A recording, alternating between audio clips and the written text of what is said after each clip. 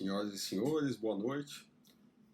Hoje eu vou falar de uma ideia espetacular na física no começo do século XX, e o personagem dessa história é Louis de Broglie. Espero que ele inspire vocês em suas teses de doutorado.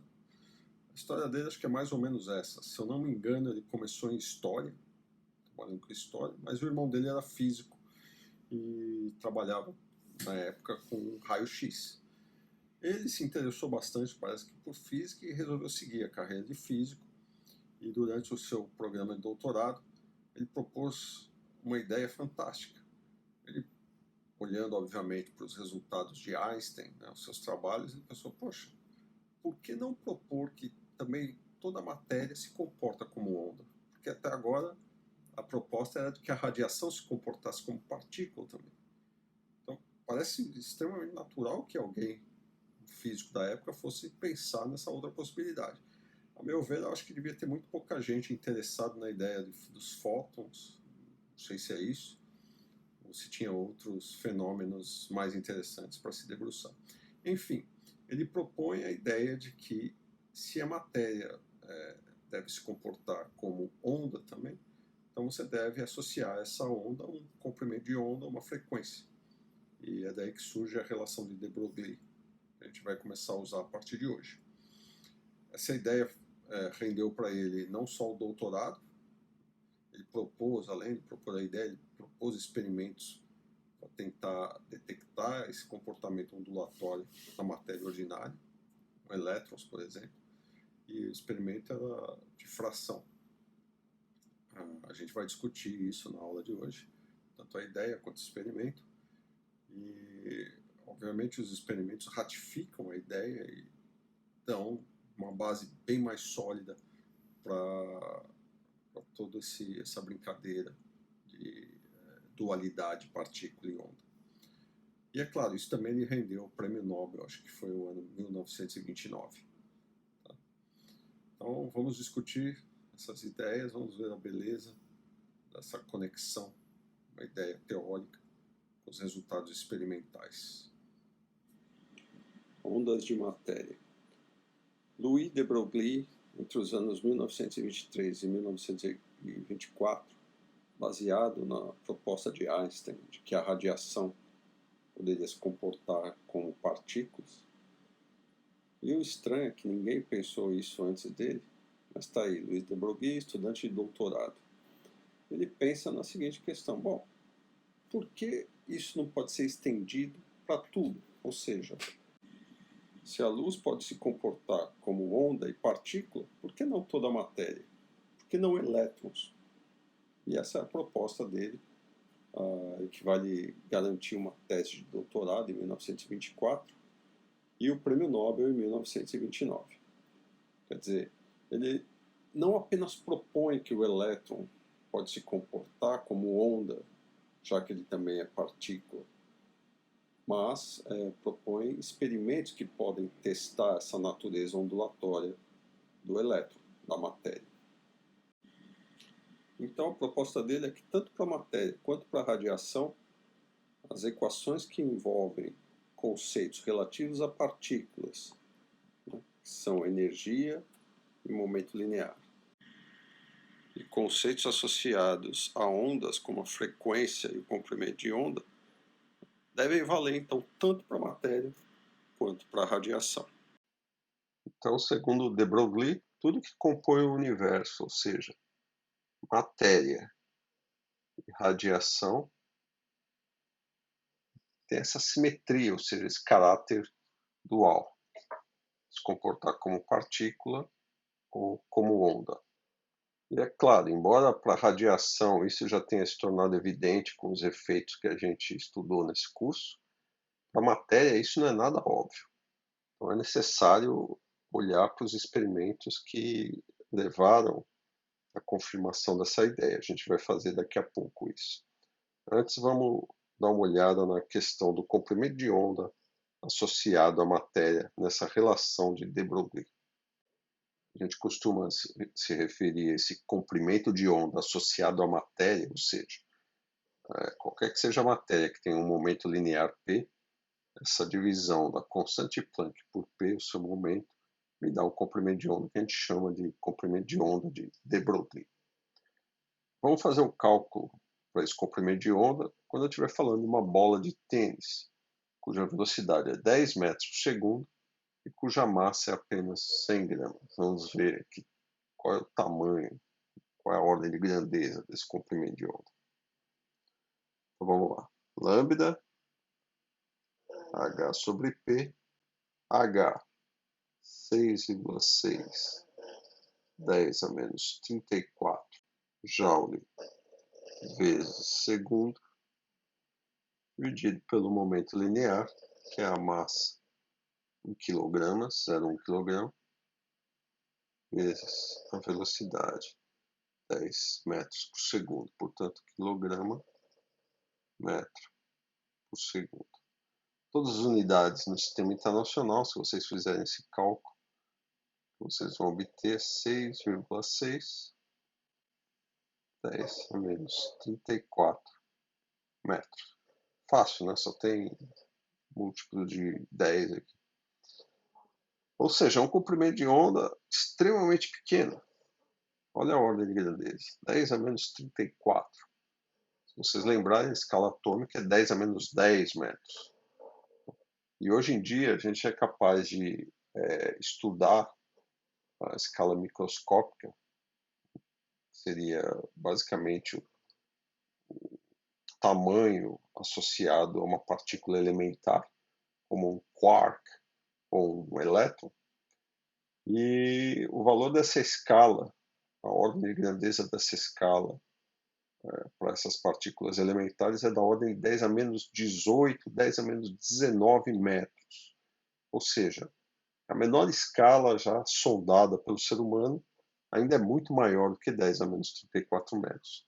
Portanto, é um comprimento de onda completamente fora do alcance das nossas possibilidades de medir. Tá? Em outras palavras, você pode sempre tratar uma bola de tênis como uma partícula, porque o seu comportamento ondulatório é imperceptível. Bem, observe que a gente está usando uma massa de um objeto macroscópico da ordem de 100 gramas. Né? E quanto maior a massa, menor vai ser esse comprimento de onda. Né? A velocidade de 10 metros por segundo, mesmo que você usasse 1 metro por segundo, não ia fazer muita diferença, só uma ordem de grandeza. Então, velocidades ordinárias, massas ordinárias, invariavelmente vão levar a comprimento de onda muito pequeno. E a menos que você tenha um meio de detectar ondas com comprimento de onda tão pequeno, você seria incapaz de observar o comportamento ondulatório dessa matéria macroscópica. Bem, a situação muda de cara quando a gente trata de matéria microscópica. Vamos pensar no elétron, então. Por simplicidade, vamos considerar que o elétron é não relativístico, ou seja, sua energia cinética, K, o seu momento ao quadrado sobre 2m. Portanto, seu momento linear vai ser raiz 2 vezes m vezes a energia cinética. Usando isso para calcular o comprimento de onda de Broglie, H sobre P, isso vai dar então H sobre raiz 2m K 6,6 vezes 10 a menos 34 joule vezes segundo, dividido por 2 vezes a massa do elétron em elétron volts, na verdade 5,11 vezes 10 a quinta elétron volts, dividido pela velocidade da luz ao quadrado. A energia cinética é 100 eletronvolts, ou 10 ao quadrado eletronvolts. Bom, 505,11 vezes 10 a quinta eletronvolts é a mesma coisa que 0,511 MeV, milhões de eletronvolts. Agora eu tenho que transformar eletronvolts em joule por segundo, ou joule vezes segundo, ou joule vezes segundo em eletronvolts. Eu vou fazer a primeira opção. Então, substituindo 1 eletronvolt, a carga do elétron, né, vezes a diferença de potencial de 1 volt, eu tenho a energia em joule. E a velocidade da luz, 3 vezes 10 a oitava metros por segundo. Substituindo aqui essa expressão e os eletronvolts, eu vou ter a seguinte coisa. Lambda igual, façam a conta, é só substituir os valores, a 1,22 vezes 10 a menos 10 metros. Então esse é o resultado. Quer dizer, o comprimento de onda associado ao elétron, quando o elétron tem uma energia de 100 eletronvolts, é o comprimento de onda da ordem da escala atômica. Um comprimento de onda muito maior do que no caso de objetos macroscópicos, como a gente viu anteriormente. E é justamente uma escala em que os efeitos ondulatórios vão ser perceptíveis, que é a escala atômica. E, portanto, se a gente quer testar esse comportamento ondulatório do elétron, a gente tem que lidar com a estrutura atômica. Tudo bem? Lembrando alguns resultados da física clássica, quando você trata a propagação da luz através da ótica geométrica, se você considerar a dimensão dos instrumentos que você utiliza para tratar essa luz, ou seja, a abertura de uma lente, um espelho, uma fenda, vamos representar a dimensão desse instrumento por A. Quando o A é muito maior do que o comprimento de onda, né, ou seja, lambda sobre A vai a zero, você pode tratar essa propagação como se fosse propagação de raios de luz, ou seja, como se fosse trajetória de partículas muito bem definidas. E quando eu devo usar, então, os conceitos da ótica física? Isso acontece quando as dimensões dos meus instrumentos são da ordem de grandeza do próprio comprimento de onda. Ou seja, lambda sobre A é da ordem ou maior ou igual a 1. Né? Nessa situação, o que acontece? O ângulo de difração, que é lambda sobre A, ele é suficientemente grande para que os efeitos de difração sejam observados. E nesse caso, a gente é capaz de observar a natureza ondulatória da propagação da luz. Ela se torna evidente. Bem, então é de se esperar que com a matéria não seja muito diferente. Se você quer que a natureza ondulatória da matéria seja observada, esteja evidente, então a gente vai precisar de instrumentos, fendas, obstáculos, né, que sejam muito pequenos, né, da ordem do comprimento de onda para essa matéria. No caso do elétron, por exemplo, a gente viu que isso é da ordem de angstrom, 1 angstrom aproximadamente. Ou seja, a gente precisa de um A que seja da ordem de 1 angstrom, portanto a gente está falando de átomos. E nesse caso, o que você faz? Você pode pegar uma estrutura cristalina, um sólido, por exemplo, onde a geometria do sólido é muito bem definida e existe uma certa rigidez, por assim dizer, no espaçamento entre os átomos nessa estrutura, nessa rede cristalina, da ordem de angstroms, que é justamente o que a gente precisa para poder sondar de maneira detectável a natureza ondulatória, por exemplo, do elétron. Se eu estiver falando de partículas ainda na escala microscópica ou subatômica, eu tenho que pensar agora em comprimentos de onda ainda menores do que o do elétron. Mas hoje em dia a gente tem, por exemplo, as dimensões nucleares da ordem 10.000 vezes menor do que o átomo, e a gente pode usar isso justamente para sondar esses comprimentos de onda menores. Por outro lado, a bola de tênis, pelo que a gente viu, ainda está muito longe de poder ser sondada a sua natureza ondulatória. Na verdade, o exemplo da bola de tênis é mais para vocês terem uma ideia de que todos os efeitos que a gente pretende discutir aqui a respeito do comportamento ondulatório da matéria, eles são completamente inefetivos para quantidades ou objetos macroscópicos.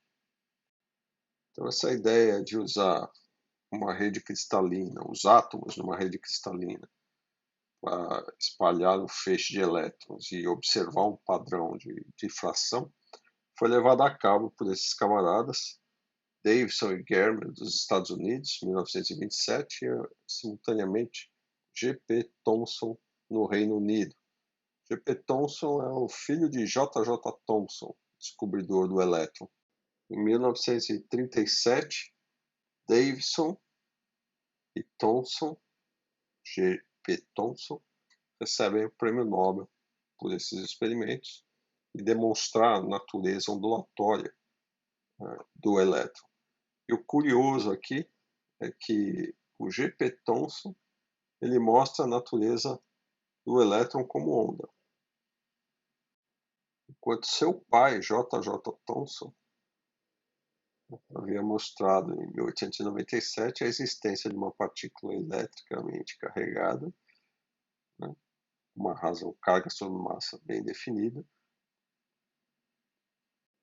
de natureza corpuscular. 2 prêmios Nobel numa única família, ambos falando sobre uma única entidade, que é o elétron, e um mostrando o seu lado ondulatório e o outro corpuscular, é como acertar na Mega Sena 2 vezes, né? Bem, o experimento de difração, então, por uma rede cristalina, consiste basicamente no seguinte: você tem um filamento que é aquecido, emite elétrons, passa por uma região onde os elétrons são acelerados, eles adquirem a energia que você deseja, né? Você controla a diferença de potencial. Eles são espalhados por uma rede cristalina, nesse caso um alvo de níquel, e são difratados em direção a um detector. Você move esse detector por vários ângulos e consegue medir a intensidade desse feixe de elétrons que chega.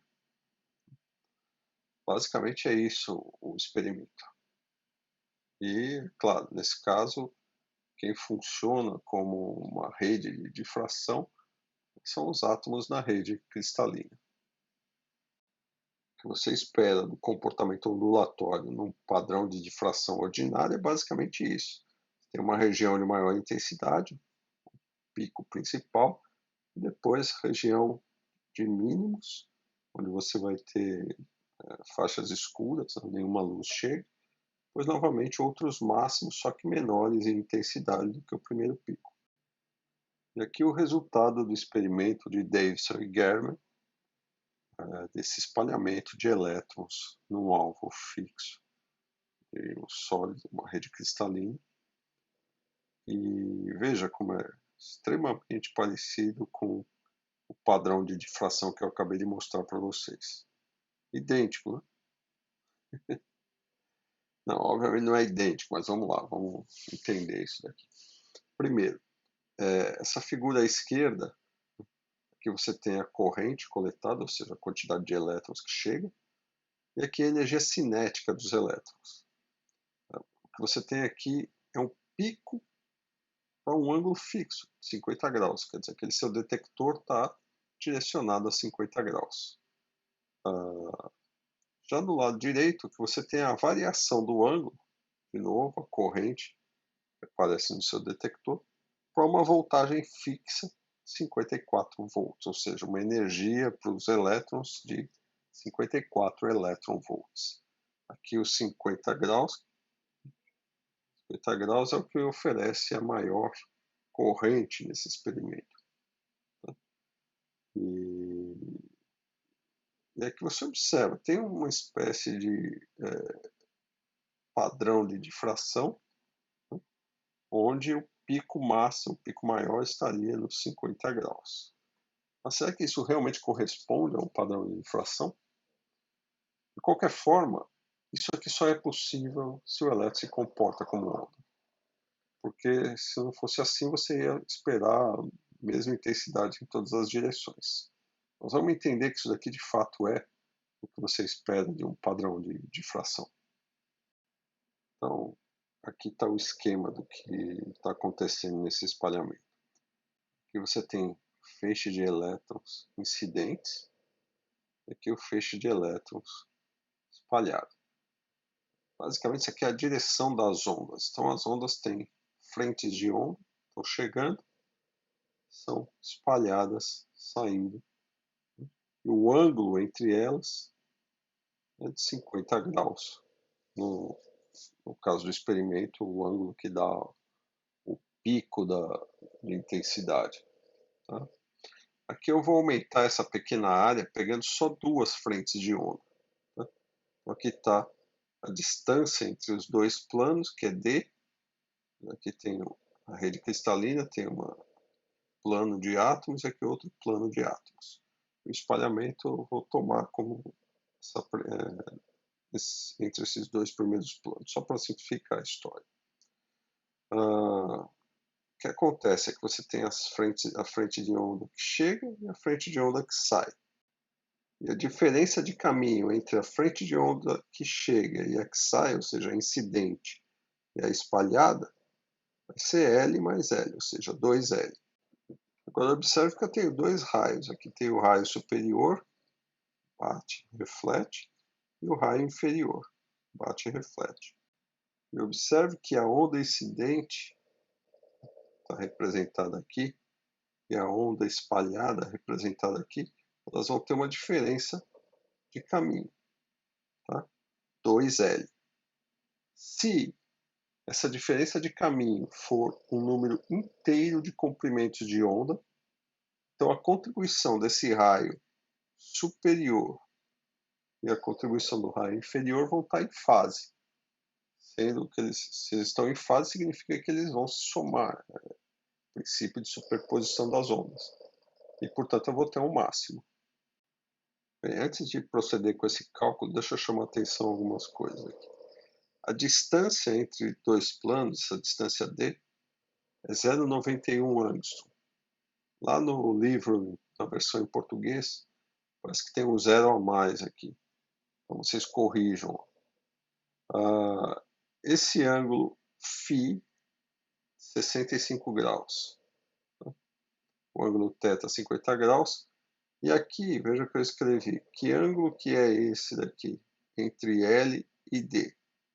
Ora, se esse ângulo total é 50 graus, é o θ, então isso aqui é θ sobre 2. E θ sobre 2 é 90 graus menos esse ângulo que é o φ, tá? Que vale 65 graus. Então vamos usar isso daí e vamos fazer o cálculo para achar o comprimento de onda. Bem, pela figura, olhando aqui a geometria, e sabendo que n vezes lambda igual a 2 vezes L, porque eu tenho um máximo de difração, então eu vou substituir o L que está aqui. O L é o quê? Isso aqui é um triângulo retângulo, isso aqui é 90 graus. Então, o L é d cosseno desse ângulo. Esse ângulo vale 90 menos φ. Portanto, isso é 2 vezes d cosseno 90 graus menos φ. 2 vezes d. Cosseno A menos cosseno B é cosseno A, cosseno B mais seno A, seno B. Cosseno de 90 graus é zero, então o primeiro termo é zero.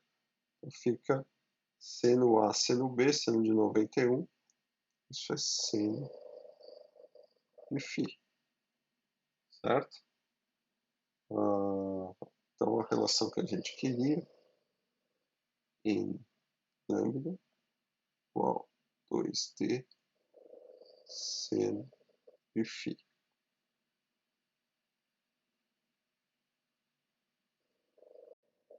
No nosso caso, a gente já concluiu que 90 menos φ é θ sobre 2. Θ é 50. 50 sobre 2 é 25 graus. Então, 90 menos φ é 25 graus. Ou seja, o φ é 90 menos 25, que são justamente esses 65 graus que estão aqui. Então, φ para a gente 65 graus. A gente vai usar isso, vai usar o fato que o D é 0,91 angstrom, como está aqui, certo? E a gente quer o primeiro pico, ou seja, o N igual a 1. Tá? Então, para isso, a gente vai ver qual é o valor de lambda nessa situação. Então, calculando o lambda, 2D sendo φ, seu D, sendo 65 graus, a gente acha 1,65 angstrom para o comprimento de onda associado a esse espalhamento no experimento de Davidson e German.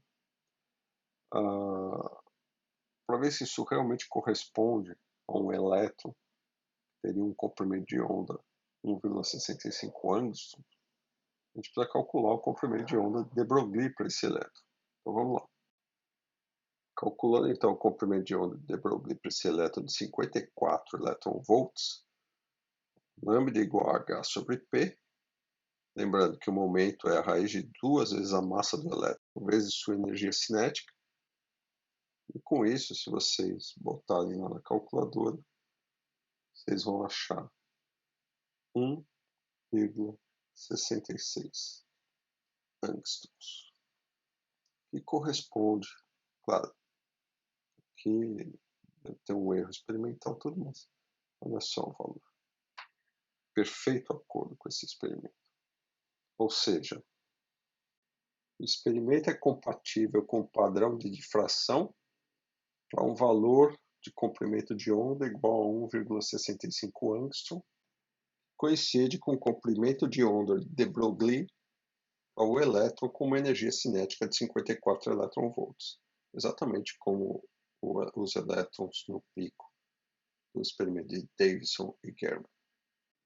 E esse resultado fantástico seria apenas um dos primeiros experimentos a confirmar a hipótese de de Broglie, que também a matéria se comporta como onda.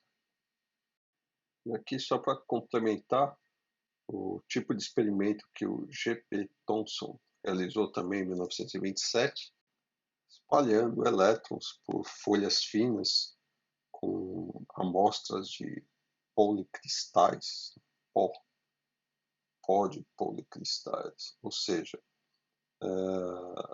ele obteve um padrão de difração, que você vê aqui à direita, que aqui são comparados com o padrão de difração de raio-x num comprimento de onda, que seria o comprimento de onda dos elétrons, comprimento de onda de Broglie. Veja como os padrões são extremamente semelhantes. Fantástico esse resultado. E, obviamente, os próximos passos eram fazer o mesmo tipo de teste, não somente com elétrons, novamente, nas mais diversas formas possíveis, mas com outros tipos de matéria, por exemplo, feixes de moléculas de hidrogênio, átomos de hélio, nêutrons lentos, à medida que a tecnologia fosse permitindo. Aqui, por exemplo, você tem um resultado que é para um cristal de cloreto de sódio, e no lado esquerdo você tem uma figura associada a raio-x, o padrão de difração para esse espalhamento dos raios-x, e o equivalente usando nêutrons do lado direito. Então, quer dizer, as confirmações vão se acumulando e hoje você pode dizer que ondas de matéria são uma realidade física. Bem, só como um exemplo, tome um feixe de átomos de hélio, com uma velocidade de 1,635 vezes 10 a terceira metros por segundo, e que é difratado fortemente com um comprimento de onda 0,6 angstrom. Qual é o comprimento de onda de de Broglie e como se comparam esses dois comprimentos de onda?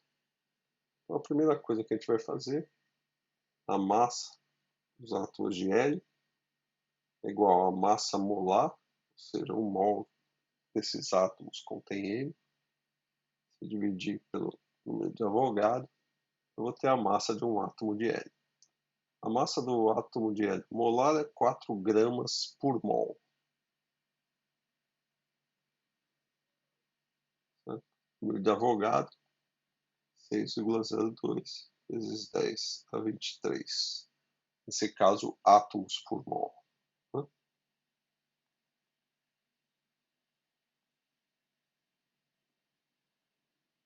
Não que isso seja de fato uma unidade, mas só para lembrar o que eu estou calculando aqui. Deixa eu corrigir isso.